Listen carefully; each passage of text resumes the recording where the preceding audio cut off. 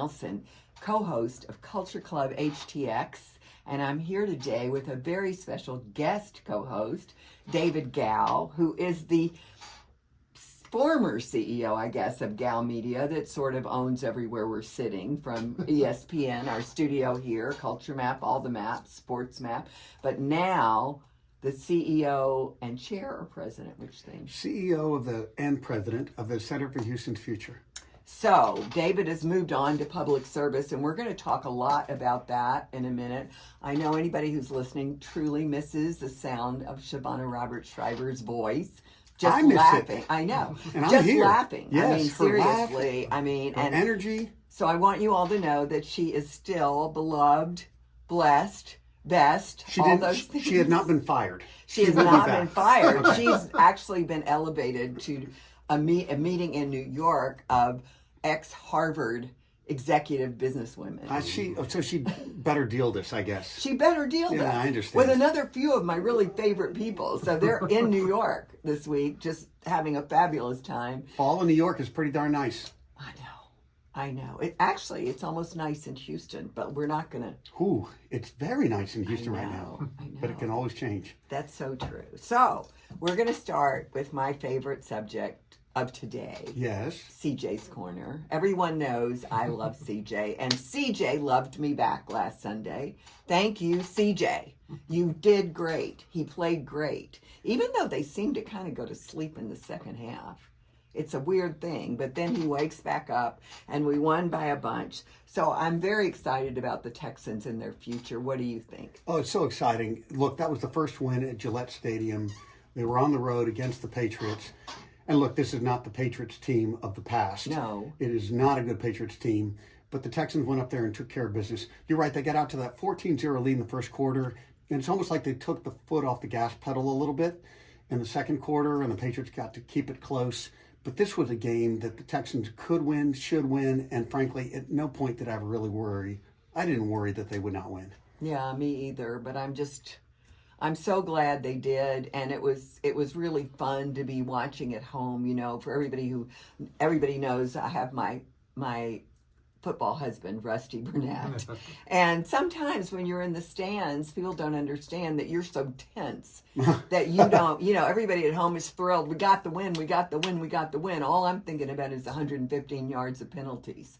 You know, like you can't get over like what's actually going on. This was a kick. That's right. And there are always these things. Yeah. Nearly every win the Texans have had, there have been a few things you wish, they should clean that up, or they've got too many penalties, or Tunsil is jumping off sides yet again, or we're not protecting CJ as well as we need to. Yes. And we need to take good care of him because he is the franchise. There's always been something to clean up, and you hear Coach Ryans talk about that all the time. We've got to do this, we've got to clean this up. But they're accumulating wins along the way. And lastly, the other thing I'd say about that Patriots game that I just loved was seeing the return of the running game, the return of Joe Mixon. He was so prolific. That was incredible. But meanwhile, there's some other interesting things going on. The Texans' Mario Edwards is suspended for 4 games as his fellow Texan defensive lineman Danico Autry returns from suspension. And basically for almost the same thing. This guy, Mario Edwards Jr., is suspended for violating the NFL's substance abuse policy, making him eligible. Which substance was he abusing? Well, I can't tell you which it was. How stupid is that? Yeah, these things happen, though. Every year these guys are doing performance-enhancing drugs. I would like to do a performance-enhancing drug. You don't need it, Lisa. I think it would be so good. It would be too much. The world is not ready for a PED-enhanced Leisa Holland-Nelson. I don't think the world can handle that. Somebody told me it would be good for my joints. This is a dirty story about me to tell, but when I got the job at the Center for Houston's Future, I went through the whole protocol with HR. I had to do drug testing, and I failed. And I've never taken recreational drugs. I've never really had the pleasure of it all, even in college. But I tested positive for marijuana, and the reason was, it turned out, I had to do a little investigating. I got a little something. I got a little. You have a gummy? I do CBD to help me sleep at night. I buy it here over the counter in Houston, where this is legal. Yeah. I did everything right, but I failed the drug test. So you just never know what takes place in these tests. Well, it's crazy to fail the drug test when you didn't get the enjoyment of Well, the I'm going to drug. say, I'm going to go have more fun next time.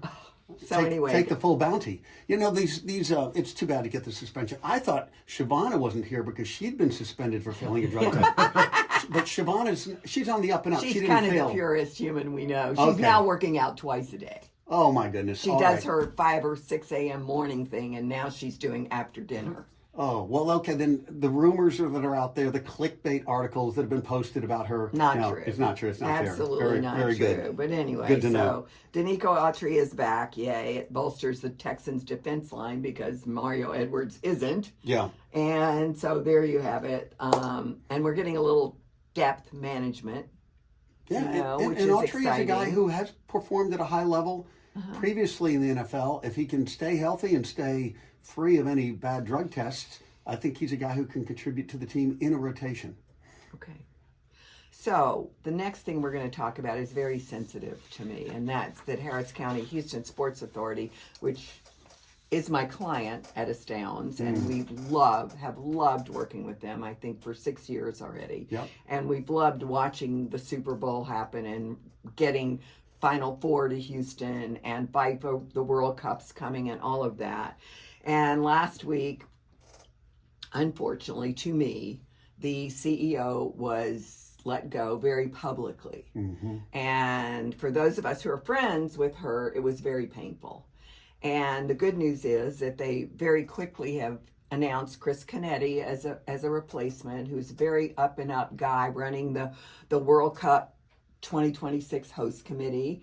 And I know you know him. I think I've met him a few times, but I don't know him well. And he's going to come in as the interim CEO. So what do you think about that? Well, Chris, as the interim CEO, is a great answer. I'm sure he'll be on a short list for consideration for the ultimate CEO. But for right now, with the change they made, Chris stepping in seems to be a good fit. As you may know, Chris was the president of the Houston Dynamo, and he has been catalytic in getting Houston on the map for big sports, the World Cup being the poster child of that. 2026 World Cup will be here, and Chris's fingerprints were all over our proposal and our ability to get the game here. So I'm going to be excited about it, and I'm excited about working with them. And we're actually, I think we have a meeting next week to talk about redoing the website, which good. has been such a huge performance enhancer for the Sports Authority. So I'm excited about all of that. And last but not least, this is kind of weird. Netflix has released a trailer for the Mike Tyson Jake Paul fight a month out. It's the in one we've all been Arlington. waiting for. What? Yes. What is this? Tell the truth. Well, the truth is, I didn't think Mike Tyson was able to fight anymore. I mean, this is... How old is Mike Tyson? Well, he's deep into his 50s. Yeah. This is bizarre. And you know, boxing is a tough sport 58. physically. Okay, 58. 58-year-old Mike Tyson. Fighting a 27-year-old. To keep your bounce in your step in a boxing match, I mean, you've got to be moving, jiving, turning all the time. It's preposterous to think he can do that at 58 and face somebody over 30 years younger than he. Hey, man, I can't even box as well as I once did. And I was really a good boxer. Don't sell yourself short. I could see you in that boxing ring. I was a great boxer. And with that, we'll be back.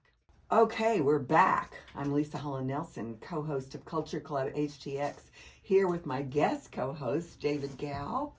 Honored to be here. And now we're really going to talk about David Gow, who's the new CEO and president of the Center for Houston's Future, and what's going on there and his vision for the center. And so tell us about the center first, why you went there. I know we've asked you before, but let's refresh everybody, and then we'll get to what you're going to be doing. So the Center for Houston's Future has been around for 25 years. Some have referred to it as Houston's think tank. We are co-located with the Greater Houston Partnership, so our offices are up there. We partner with them on initiatives, and frankly, it's wonderful to be co-located with them. They provide great accounting and human resources services, so wonderful relationship with the GHP. Our focus is really to look out over the horizon, to look at the long-range questions for the city, and then try to put in place plans and initiatives and support for things that would enable us to achieve that future vision. And so that's the mission of the center. The mission is tidily said, we address the long-term well-being of the greater Houston region. And that's what we're really focused on doing every day. So you have a pretty diverse leadership background to be coming to this. I mean, from one of the first e-tailers to the media business, you know, to the SPAC business, and whatever that means, SPAC. Yes. You know, like It's venture. a four-letter word, evidently. It works well for those it works well for. Right. Technology. You know, co-working office space. Like you've really done just about everything our city needs to do to grow and look at the future. Tell us how your background is going to affect your mission here. Well, it's nice the way you recounted it. My short answer is I always think of myself as a jack of all trades, but master of nothing. And so I have had a lot of experiences in a lot of different places. And to get to bring those to bear, to work on really important future questions for the city, such as what do we aspire the city to be? How do we aspire people to experience our city out in 2050, another 25 years from now? Those are really important questions. And we have opportunities today to put in place initiatives that will shape that future. So that's really going to be our focus. The entity has really now 3 strategic initiatives that are of focus. One is this project we just discussed, Vision 2050. The second is the role of AI in healthcare and how Houston can ensure that we use AI to extend our leadership position in medical care. And then thirdly, we may take on a project related to human trafficking. And so while in some cases we're playing offense, in human trafficking we're playing defense, because Houston is known for being a hub for human trafficking, which is a huge blight. We cannot have that for this city. We have wonderful entities that are working to eliminate human trafficking, but I think there is a role for the Center for Houston's Future, and the center has done this a lot, where we convene different parties who are already working on something and try to connect the dots between them and maybe create an overarching solution that would be very impactful against human trafficking. It's very interesting. I have been so involved like you in so many things, and really in my focus has always been women wellness and education. I had to get to like something I could hone in on. But in that focus, human trafficking has never been something I've been involved with. So many of my friends are. And so I don't really understand the depth of the blight, like how big it is. I know about homelessness because I live in Montrose and I take the spur and get off at Richmond, and it fills up, it empties, under the 59 bridge right there. So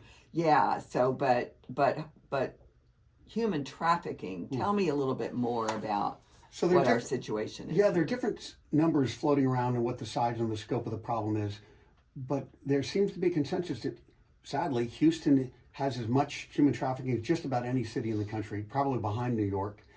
The human trafficking, as we think about it, is often females being taken away and used for sexual activity. Very, very dark. But there's also human trafficking that is trafficking people for labor and work and slavery, effectively. And then there are young boys who've been trafficked as well. So the problem is a little bigger than we naturally first think about it. And the problem has so many complex elements to it. I mean, you can work on, there are wonderful entities working on rescuing women who have already been trafficked, and then helping them with their recovery, which is a long road. There are entities that are working on trying to get men to change their behaviors, because men are typically the buyers of trafficked women. And so there is a lot of good work that can be done to try to slow down the male activity there. Yes. And then there's all this work around the venues, airports, and our port, where lots of the traffic victims are coming into the country. And so it's a multifaceted effort, and it needs really some holistic solutions. We need to bring everyone together and really rally them, put a spotlight on this thing, and go to work to really eliminate it, if not eradicate it totally. It's been too long. It's one of those issues that seems to fly under the radar, though it is as egregious and evil a thing that is taking place anywhere in this city. You don't hear a lot of people talking about it. It's sort of a undercover problem, and I think just putting the spotlight on it and coordinating people's efforts might bring really good fruit out of it. I would think so. I mean, one last question there. are the people that are being trafficked, are they kidnapped, or were they homeless, or how are they gathering these victims? So you cited two ways. Absolutely. There are small towns in Mexico where people are kidnapped and brought into town and then trafficked. Wow. It's awful. Or sometimes they're promised a job and a chance to get into the country with certain documents. And then when they get here, it's not the job they planned. Okay. So that's one model. Absolutely, homeless people could be picked up and done. But there's a whole other category of people in our communities who are grooming teens and getting to know them and taking them away and then putting them in another city where they're served up as a trafficked victim. So it is a dark, dark scenario, and there are many facets and many ways that people get into the business. So parents out there, watch out. Pay attention to your children. We always say that, and I don't know that this is so much business, but it is business. Mm-hmm. It's a business. It's a business. And these guys who are doing it are making a lot of money. Yeah. And so it's analogous, but this is, I don't want this to sound insensitive, but it's analogous to the drug trade. You have a problem of supply and demand, and people making a lot of money and willing to use that money to protect their interest in this. And so it's really egregious. There's no way to sugarcoat how ugly it is. And there's just a compelling need to be aggressive in finding solutions to eliminate it. Well, I'm so glad we got to talk about this, and we'll be back with more of David Gow and business in just a minute. Very good. And we're back again. I'm the co-host. Who am I? I'm Leisa Holland-Nelson, the co-host of Culture Club HTX, here with my very special co-host today, David Gow, and we're talking business with David, who's the CEO and president of the Center for Houston's Future. And we just talked about human trafficking, but there's another initiative that is really cool and current for us. So tell us about the healthcare AI initiative. Yes, so the center has convened many members of the medical community, all the major institutions, over the past few months, and actually this week is publishing a report on AI and healthcare, and the way that AI can transform healthcare, can transform the way diagnoses are done, treatment protocols, and of course a whole bunch of administrative tasks. Yes. AI is coming, it is real, and it's going to be very significant in healthcare. That's point one. Point two, we have to acknowledge there are lots of hurdles, risks, and challenges associated with it. Data integrity, data privacy, the cost, etc. But there is a path forward, and the report shows a set of recommendations on how this city could come together, how medical institutions could come together to really, as an aggregate, if we do it in a collaborative way, we can capture this full potential in AI and effectively ensure that TMC will remain a leader in all kinds of healthcare, because AI is going to be a shaping, transforming event in healthcare, and we need to be sure that Houston and the TMC is a leader in this space. Okay. Being in the technology business myself, we're constantly talking about AI, and I've said a lot on our podcast. We've been using AI for years, not to the extent that we probably are now, and certainly not ChatGPT, which is a retail product. Sure. But the fact is, this morning we were having a conversation, and I mean, my team is willing to eliminate themselves, and I'm listening to them like going through every single piece of the process that can be done by AI. And I'm kind of going, well, this really isn't all that new. We've had computer-aided design, but humans had to run the machine. I think they're getting to where they think humans don't have to do very much at all. Yeah. And they talk about Elon Musk's robots and all this kind of stuff. I mean, humans are going to have to stay involved with healthcare for sure, don't you think? Absolutely. I think of the AI engine that could be created as a wonderful second opinion. And it does several things. So first of all, stepping back, I think that the vision out of this report is that the medical center would come together and create one large-scale computer science AI laboratory, a great tech data center where all the data could be gathered, all this patient data, confidentially gathered, no attribution of the individuals, and then there would be an AI engine on top of it that would use that data to render diagnoses for other patients. If that were to happen, if we had that kind of consolidated infrastructure, you could almost be AI as a service, as a medical service, Imagine a clinic in Brenham where a patient walks in. That clinic has never invested in AI, doesn't have the resources to invest in AI, but if they've been paying a monthly fee to this AI as a service, this big engine here in the heart of the medical center, then they can feed the patient situation into the engine, a diagnosis can come back, recommended protocols can come back, and the doctor in Brenham, who's sitting in front of the patient, really is the first primary party involved. Right. But you get this wonderful second opinion, point one, and then beyond the second opinion, there's also a more holistic look. Because one thing I've experienced, I don't know if you have in medical care right now, is I can go to a doctor and the doctor is trying to diagnose me based on what his or her specialty Absolutely. is. And so they give the solutions based on a specialty, as opposed, which is sort of a product-focused delivery, as opposed to a patient need delivery. Yes. If the patient, like, I've got this goofy thing called restless leg. When I went to one doctor, he's given me a neurology solution. I went to another doctor, he gave me a vein solution, another doctor. And so I need a holistic answer that meets my needs, not the blueprint that any particular specialist would offer. Okay, not to get off the subject, but did you get a solution? Yes, I did, actually. And where did it come from? I'm just believe curious. it or not. So I realized I went to a general practitioner, I went to a neurologist, and then a friend of mine said, you might want to try this vein doctor. And it turned out I've got some veins that were causing the restlessness in the leg. And it's Dr. Carlos Hamilton out in Sugar Love Land. him so. I've been going to him for years. He's amazing. He's the best. And he saved my restless leg. And honestly, my mood is better. I sleep better. He has really been a game changer for me. But I stumbled into him. Nobody would have recommended him. Maybe I would have come back with, these are the 4 things you should try. But he wasn't even on anyone's list of anything to try. The only way I heard about him was walking off the tennis court. My tennis opponent said, I know you're struggling with restless leg. I just heard Hamilton speak at a breakfast club, and he says that's one of the things he addresses.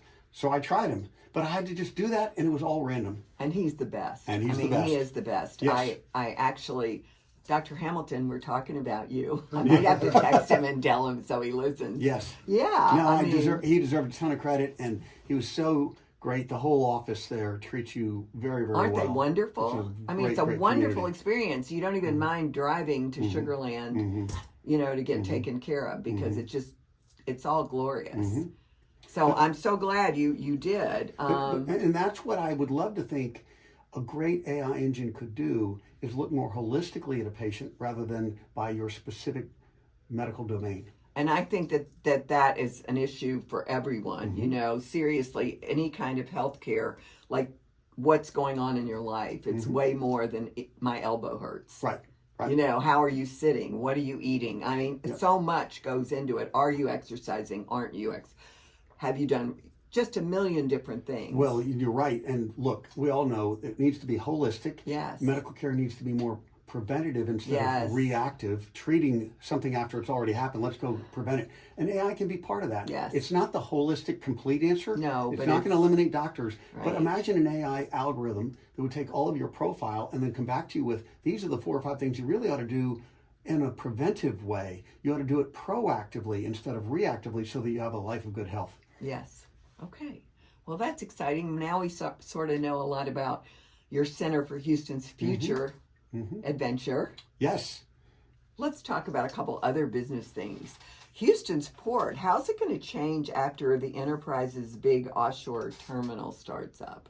Well, do we know this? Enterprise Products Yes. Partners, which we know is one of Houston's biggest companies, and they're planning to build the Seaport Oil Terminal, or SPOT. That's pretty funny. An offshore crude oil export facility located 30 nautical miles off Brazoria County's coast, capable of loading very large crude carriers at a rate of up to 2 million barrels per day. The terminal could reduce traffic on the Houston Ship Channel and decrease CO2 emissions by 320,000 tons annually. While the shift may lower crude oil shipments through the Port of Houston, there are opportunities for growth in the refined petroleum products and liquid petroleum gases. Tell me about this. This is so out of my league. Well, you're the energy guy, not me.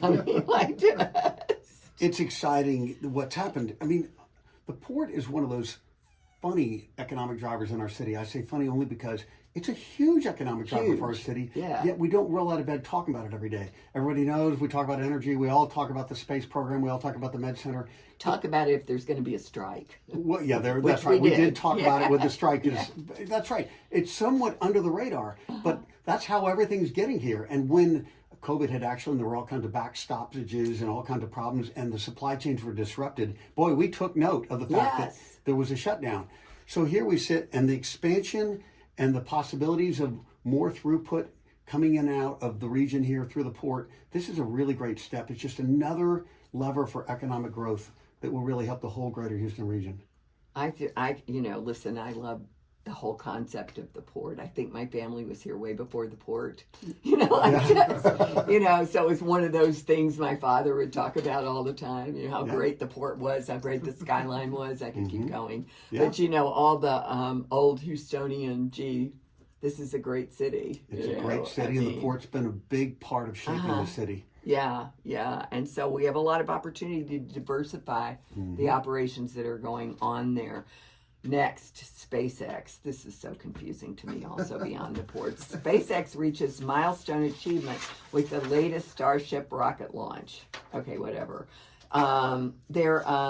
They successfully caught the Starship booster using mechanical arms after launching from Texas, marking the first time the booster was recovered at the launch pad. I don't know what that means. Well, it was interesting that the spaceship took off and came back onto the launch pad. Because often we lose these spaceships when they come back, or they never come back. But so how long before they came back? Oh, it was very short. It was just to up and demonstrate that we down. could retrieve Oh, it. I see. And that really was interesting to see because, of course, one of the big costs about space is can we continue to reuse these vehicles? And you build them for billions and then they're gone. Poof. So funny, I met somebody the other day who was just ecstatic because, well, she had committed, I think it's $250,000 for what will be a 10-minute ride in space. $250,000, that's an expensive 10 minutes. Yes, it is. It's only for the likes of you and your kind, Lisa. I don't want to go in space and they can't have my money. No, he can't have either one. She's hoping to get some kind of sponsor dollars and all this stuff. But for Selma's 10 minutes, getting my come money. on, it's going to be hard. She said, I'll wear your logo on my dress when I go, but I don't think it's going to get her $250,000. No. But she's just a space nut. She's always aspired to be an astronaut. And so to get 10 minutes in space is the most exciting thing that's ever happened to her. But she got to come up with $250,000. She's passing the hat amongst friends. Oh my gosh. That's bold. She better have a lot of friends. She better. Yeah, I'm thinking like maybe $100 each, and that takes 2,500 or 25,000. 25,000. Yeah, it's going to be a big number. A lot of friends. But good for her. Good for her. But so, what does this really mean for us? I mean, like, is the Space Center playing a role? Is it going to bring more business, more revenue, more what? What does it mean for the city of Houston? Or is it just Elon Musk who's going to make more money? Well, I'm sure Elon Musk will make more money somehow. Although he hasn't done so well with his Twitter X investment. That one doesn't look like it. I think he's done exactly what he wanted to do. I think he wanted his own platform. He did. He got it. And he's got his own platform to do with which he chooses, and that's what he's doing. Yeah. And he's remarkably creative and obviously a genius. Not everyone agrees with his politics or his approach or his tonality in the building, his management style, etc. But no one could deny he's uber bright. He has a brain unlike anyone else. I mean, it's just amazing to see. The commercialization of space is really intriguing. We are shifting. It's happening gradually, but now actually at a pretty good clip from government-funded space to private space. And that opens the door for all kinds of different kinds of business models. I'm not sure anyone's really cracked the code on how much money you can really make in this commercialization or privatization of space exploration, space testing. But there are initiatives going up there. There's all kinds of interesting scientific tests and medical tests, et cetera, that are taking place. And now it's happening through privatized space. And that's an exciting frontier. Yes, I agree. Here's my last biggie for us today. Yes. And this one I know you have plenty to say about. Houston's venture capitalists are eyeing 2025 while third quarter venture activity has stayed flat. So talk to me. This is all about everything, venture capital. the startup world, entrepreneurship, tech, innovation. Why is it flat in Houston of all places? I don't understand. Well, it's long been sort of frustrating. Houston has not had a great venture capital community, not a lot of VC firms. Most of our capital has resided in the hands of family offices. Yes. But family offices sort of default to what they know, and most family offices in this city default to energy and real estate where they have made their money in the first place. If you have a venture capital firm like Mercury with Blair Guru, he has a charter and a mandate to go invest in specific types of businesses that are outside energy and real estate. And he's also willing to go and invest earlier than many family offices would do. So having that venture capitalist visionary like a Blair, like a Mercury in town is just woefully important for all of the startup community. But frankly, is there anybody besides Blair? We ought to have 3 or 4 Blairs. We ought to have 3 or 4 Mercuries in this city. Given the size, the scope, and the scale of everything we have economically here, we're going to be the 3rd largest city in short order in the country. We need more VC firms. And look, I think it's a long road, but there are certainly other funds in town. I mean, you have to recognize what TMC's venture fund does and how it's invested in life sciences, and that's a specific domain where they have done quite well under JR and his leadership and Bill McKeon's leadership, and they've got funds to invest, and that's really exciting for that domain and that industry. Blair's got his thing going, and frankly, he's got one of the few unicorns we've had in Houston and the venture side in a long time with Cart.com. Very exciting investment in the Mercury portfolio. So there's some signs of positivity, but yes, I wish we had more venture capital firms in this city. And I know I've said this 100 times already, but I've been sponsoring and been involved with the Rice University business plan competition. Yes, great thing. For 20 years at least. And for 20 years, we've been the best business plan competition in the United States. Getting over 2 million in prizes many years. Yes. And it's really surprising because at this point, we went from great ideas as business plans to you must be commercialized. Not even able to be commercialized. These guys are coming from graduate schools with either business in a quarter from now or already in, shipping product or doing ideas or scaling or whatever it is. And still, we don't have the funding in Houston. Well, it's interesting because the Rice Business Plan Competition is a leader. It's really a great thing with amazing set of initiatives and entrepreneurial opportunities.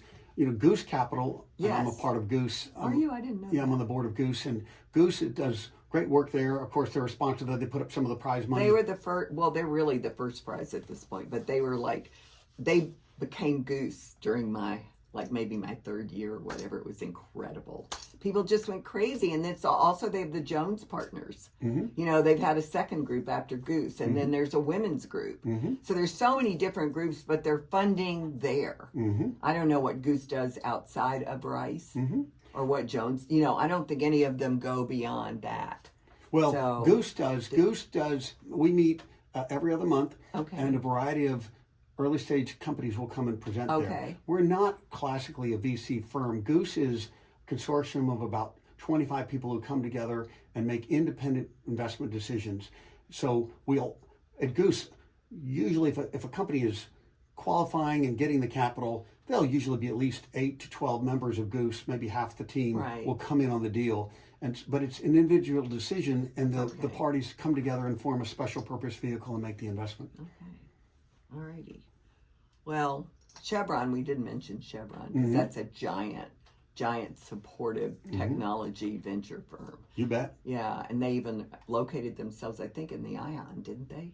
Yes, they're there. They are there. Chevron Technology Ventures have been a great entity for a long time, and obviously making investments primarily in energy transition opportunities, but beyond that too. They've been very progressive and certainly impactful in economic growth. Okay, so venture firms, we need you.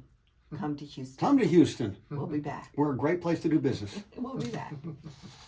And we're back. I'm Leisa Holland-Nelson, co-host of Culture Club HTX. In case you can't tell, I have to think who I am or where I am all the time. But very excited to remember who's here with me, my co-host, David Gow, the president and CEO and all the things of the Center for Houston's Future.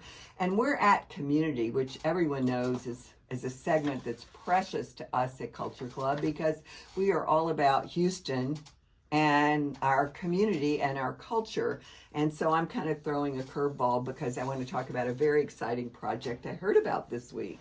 And that's our Theater Under the Stars, which I know everybody knows is down, at the Hobby Center, sharing stages with Broadway, across America and everything else. And they've had limited space for their Humphrey School, and they acquired the River, which is a school for special needs children, but a drama and art school for them. And they've never been able to be together.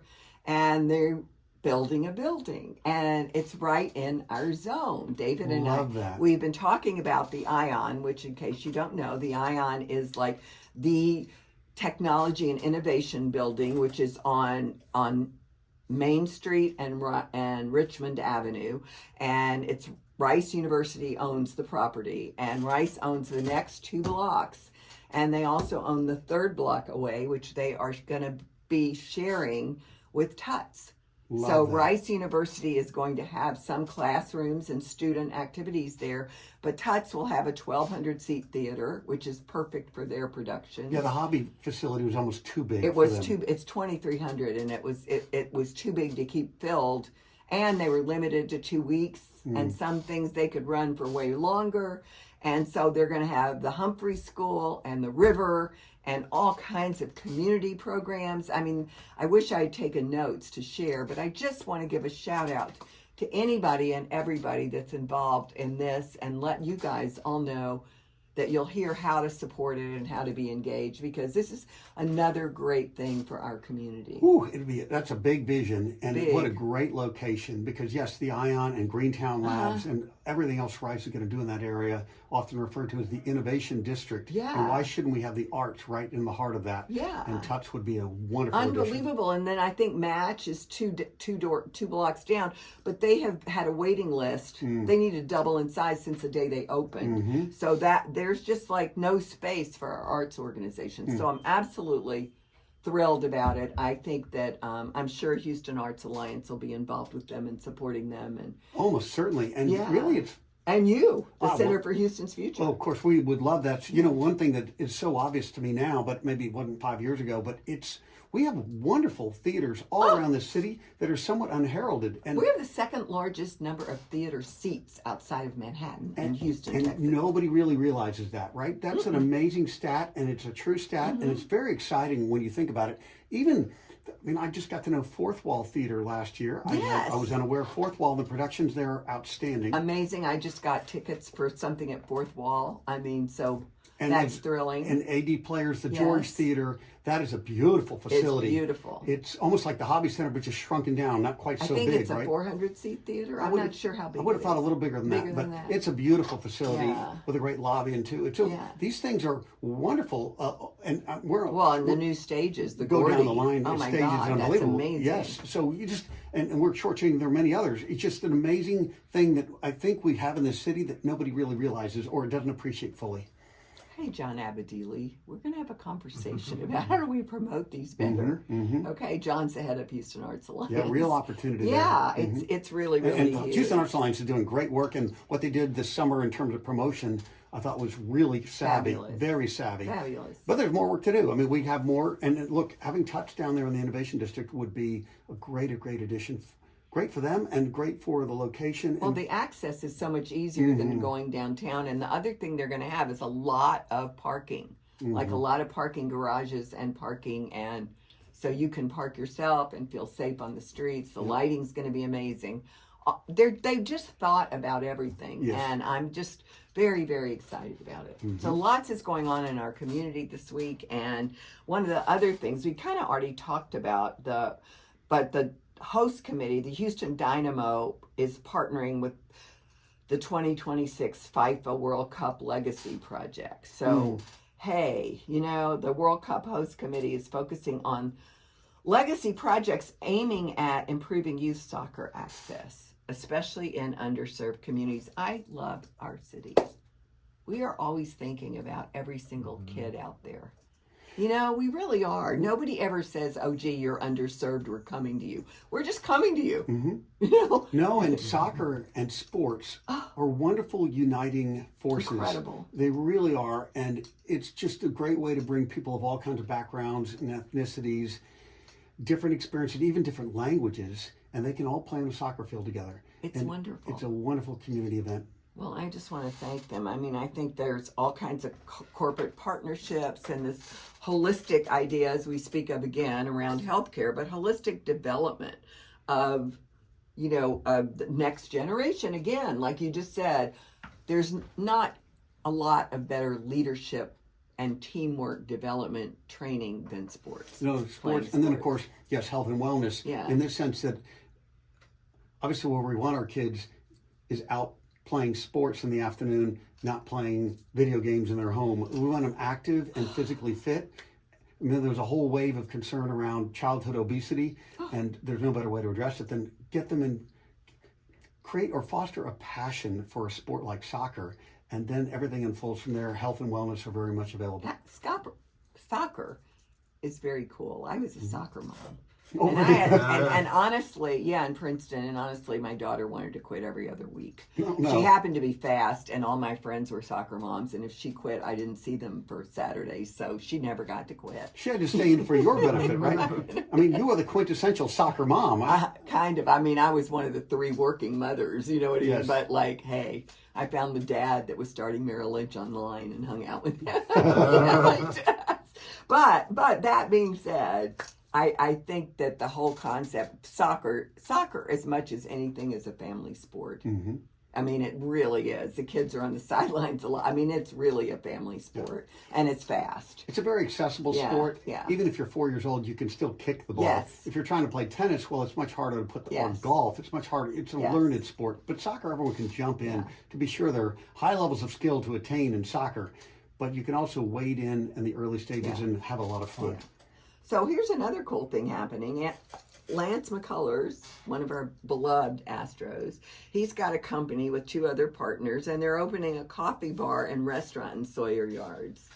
I'm in. I'll go. Rex Hospitality Group, co-founded by Houston Astros pitcher Lance McCullers Jr. He's very handsome. They're opening their 4th Maven Coffee and Cocktails in Sawyer Yards, October. Actually, today maybe.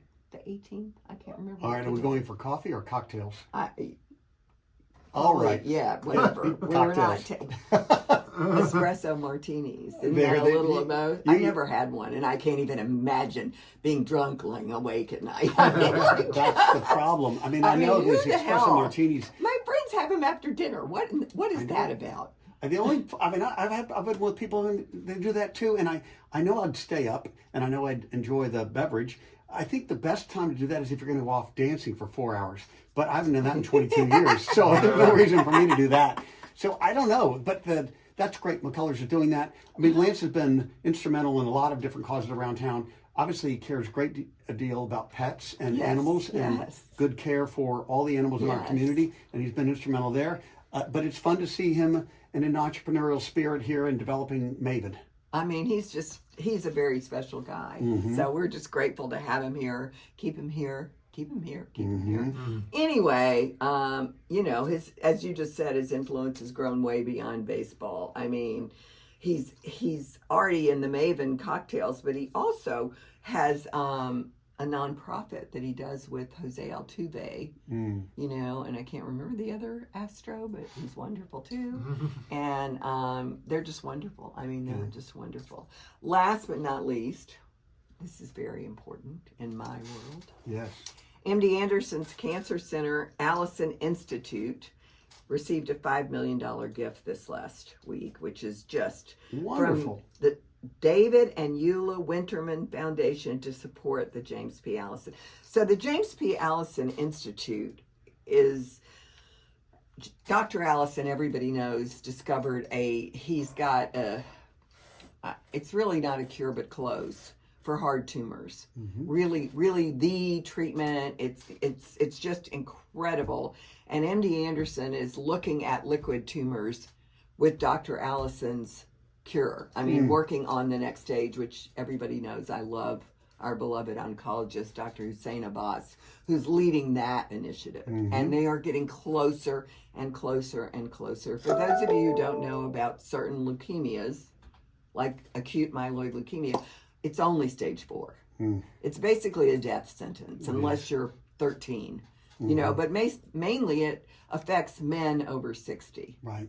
And so it's just, so they're really working on so many revolutionary things. So I'm just so glad to see something like this getting funded. And of course, the American Cancer Society is all over this progress and procedure and hoping that, you know, so the Allison Institute is housed in the TMC3 collaborative building at Helix Park. Beautiful facility. It is, It isn't is it? a great spot. I mean, it's such a cool place. I would love to go to work there. That would be an amazing place to go to work every day.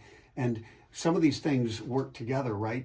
We're building beautiful places to work, co-locating lots of brilliant minds, doing work and research on the most important health topics of the era, and getting funding like this. A $5 million grant goes a long way. That's really special.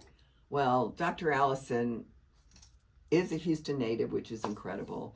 He is focused on immunotherapy his entire career, and we want to say thank you to him, and I want to say thank you to you, David Gal. It's fun to have you. So fun to be here. Yeah.